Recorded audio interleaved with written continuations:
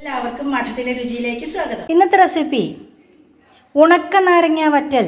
നിങ്ങൾ കടയിൽ നിന്നൊക്കെ വാങ്ങിയിട്ടുണ്ടോ എനിക്കറിയില്ല. ഞാൻ പണ്ട് കുറേ വർഷങ്ങൾക്ക് മുമ്പ് ബ്രാഹ്മിൺസിൻ്റെ വാങ്ങിയിട്ടുണ്ടായിരുന്നു. നല്ല ടേസ്റ്റാണ് കേട്ടോ. ഇപ്പം കാണാറില്ല അത്. അപ്പോൾ അതേപോലെയുള്ളത് ഞാനും ഉണ്ടാക്കാറുണ്ട്. പെട്ടെന്ന് ഒരു ദിവസം ഉണ്ടാക്കിയത് കഴിഞ്ഞപ്പോൾ പോയി വാങ്ങിയതാണ്. കാലങ്ങളോളം ഇരിക്കുകയും ചെയ്യും. മാത്രമല്ല തൈര് കൂട്ടിയ ചോറിൻ്റെ ഒപ്പമായാലും ശരി, കഞ്ഞിയുടെ ഒപ്പമായാലും ശരി, വായിക്ക് രുചിയില്ലാത്ത സമയത്ത് ഒക്കെ വളരെ നല്ലതാണ്. അതിന് വേണ്ടിയിട്ടായാലും ഞാൻ വീട്ടിൽ നിന്ന് തന്നെ കൊണ്ടുവന്നതാണ്.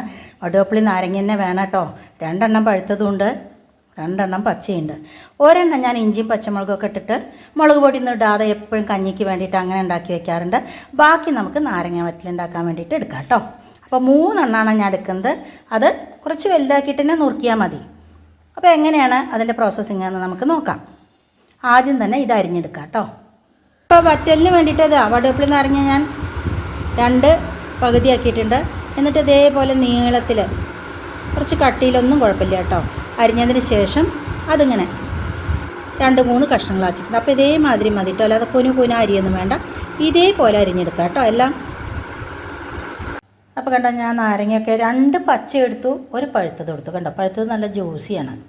ഇങ്ങനെ അധികം കട്ടി പാടില്ല എന്നേ ഉള്ളൂ. അതേപോലെ കുറച്ച് വലിയ കഷ്ണങ്ങളായിട്ട് തന്നെ നമുക്ക് അരിഞ്ഞെടുക്കാം. 1 പഴുത്തത് ഞാൻ ഇഞ്ചിയും പച്ചമുളകും കൂടി മുളക് പൊടി ഇടാതെ കഞ്ഞിക്കും ചോറിനൊക്കെ നല്ലത്, തൈര് കൂട്ടിയ ചോറിന് അങ്ങനെ ആക്കാൻ വേണ്ടി വെച്ചിട്ടുണ്ട്. അപ്പോൾ ഇതിൽ 3 നാരങ്ങയുണ്ട്. ഇതിനി നമുക്ക് ഒന്ന് ഉണക്കിയെടുക്കണം കേട്ടോ. അത്യാവശ്യം നന്നായിട്ട് ഉണങ്ങണം. അപ്പോൾ നമുക്ക് നല്ല വെയിലുള്ള സ്ഥലത്ത് കൊണ്ടുവയ്ക്കാം കേട്ടോ. അപ്പോൾ നോക്കൂ, ശബ്ദം കേട്ട് കഴിഞ്ഞാൽ തന്നെ അറിയില്ലേ നമ്മുടെ വടുവപ്പുളി നാരങ്ങ അസലായിട്ട് ഉണങ്ങിയിട്ടുണ്ട്. ഒരു 6-7 ദിവസം ഉണക്കിയിട്ടോ. എന്നാലിങ്ങനെ ഉണക്കുമ്പോൾ നമുക്ക് എത്രയോ കാലം നാരങ്ങ വറ്റില എന്നൊക്കെ പറഞ്ഞിട്ട് നമുക്ക് കിട്ടാറില്ലേ, നല്ല നല്ല എരിയും ചൊടിയൊക്കെ ഉള്ളത് ഒരു കുഞ്ഞ് പ്ലാസ്റ്റിക്കിൻ്റെ കവറിൽ. അപ്പോൾ നമുക്കിത് കൂട്ടാം. ഞാൻ ഉപ്പും കൂടി ഇടാതെയാണ് ഉണക്കിയിരിക്കണേ. അപ്പോൾ ഞാൻ നല്ലെണ്ണ തന്നെ എടുക്കണം. ചൂടാക്കാൻ വെച്ചിട്ടുണ്ട്. നന്നായിട്ട് ചൂടായിട്ടുണ്ട്. ഗ്യാസ് ഓഫ് ചെയ്ത് കൊടുക്കാം.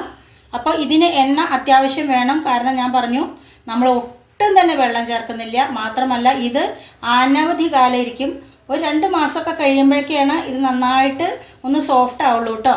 അപ്പോൾ ഞാൻ ഗ്യാസ് ഓഫ് ചെയ്ത് കൊടുത്തിട്ടുണ്ട്. എന്നിട്ടും ചൂട് നോക്കിയതിന് ശേഷം മാത്രം വേണം നമ്മൾ പൊടികളിട്ട് കൊടുക്കാൻ. 1/2 ടീസ്പൂൺ മഞ്ഞൾപ്പൊടി, ആവശ്യത്തിന്, ഞാൻ പറഞ്ഞു മുളക് പൊടിയുടെ അളവ് ഞാൻ അങ്ങനെ തന്നെ പറയുന്നുള്ളൂ. ഞാനിവിടെ ഒരു 2.5 ടേബിൾ സ്പൂൺ എടുത്തിട്ടുണ്ട്.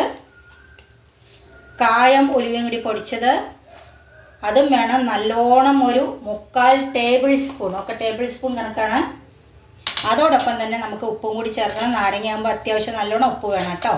ഉപ്പൊക്കെ നിങ്ങൾ ക്വാണ്ടിറ്റിക്ക് അനുസരിച്ച് എടുത്തോളൂ. ഇനി ഇത് കട്ടകളൊന്നും ഇല്ലാതെ നന്നായിട്ട് ഇളക്കുക.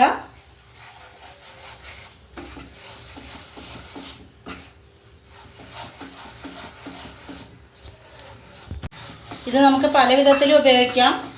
തൈര് കൂട്ടിയ ചോറിൻ്റെ കൂടെ, അതേപോലെ തന്നെ കുറച്ച് നല്ല തൈര് കഴിക്കുന്നതിൻ്റെ ഒരു മണിക്കൂർ മുന്നേ തൈരിലിട്ട് വയ്ക്കുക.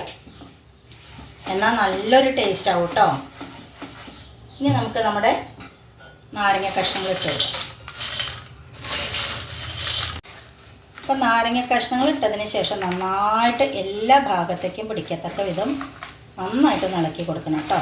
കണ്ടോ, ഇതൊക്കെ ഇപ്പോൾ ഇങ്ങനെ കൊണ്ടാട്ട മാതിരിയാണ്. ഇനി ഇത് ഇരുന്നിട്ട് അലുത്തിട്ട് നല്ലൊരു സോഫ്റ്റാണ്.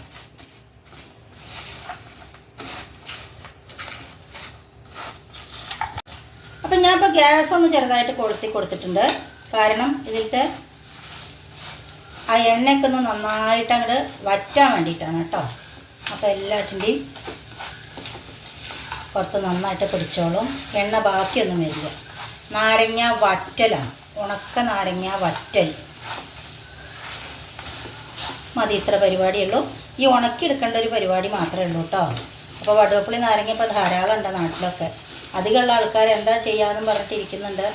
കടയിൽ കൊണ്ടുവച്ചാലും എടുക്കുന്നില്ല, വിറ്റ് പോകുന്നില്ല, ആർക്കും വേണ്ട. അപ്പോൾ അങ്ങനെയുള്ള സമയത്ത് ഇതേപോലെ ഉണക്കി വെച്ചിട്ട് ഉണ്ടാക്കി നോക്കൂ. പിന്നെ നിങ്ങൾ എപ്പോഴും ഉണ്ടാക്കിക്കൊണ്ടിരിക്കും. ഞാൻ ഓഫ് ചെയ്ത് കൊടുക്കുകയാണ് ഗ്യാസ്. ഇനി ഒന്ന് നന്നായിട്ട് ചൂടാറിയതിന് ശേഷം നമുക്ക് ഒരു ഗ്ലാസിൻ്റെ കുപ്പി, എപ്പോഴും ഇതൊക്കെ ആലോചിക്കണം, നല്ലോണം ആലോചിക്കണം. നമ്മൾ പ്ലാസ്റ്റിക്കിൻ്റെ ബോട്ടിലിടരുത് കേട്ടോ.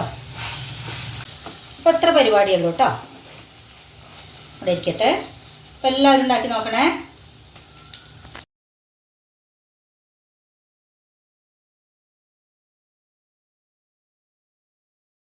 ഇന്നത്തെ വീഡിയോയുടെ അവസാനിക്കുകയാണ്. മറ്റൊരു പുതിയ വീഡിയോ ആയിട്ട് നാളെ കാണാം. അതുവരേക്ക് ടാറ്റാ.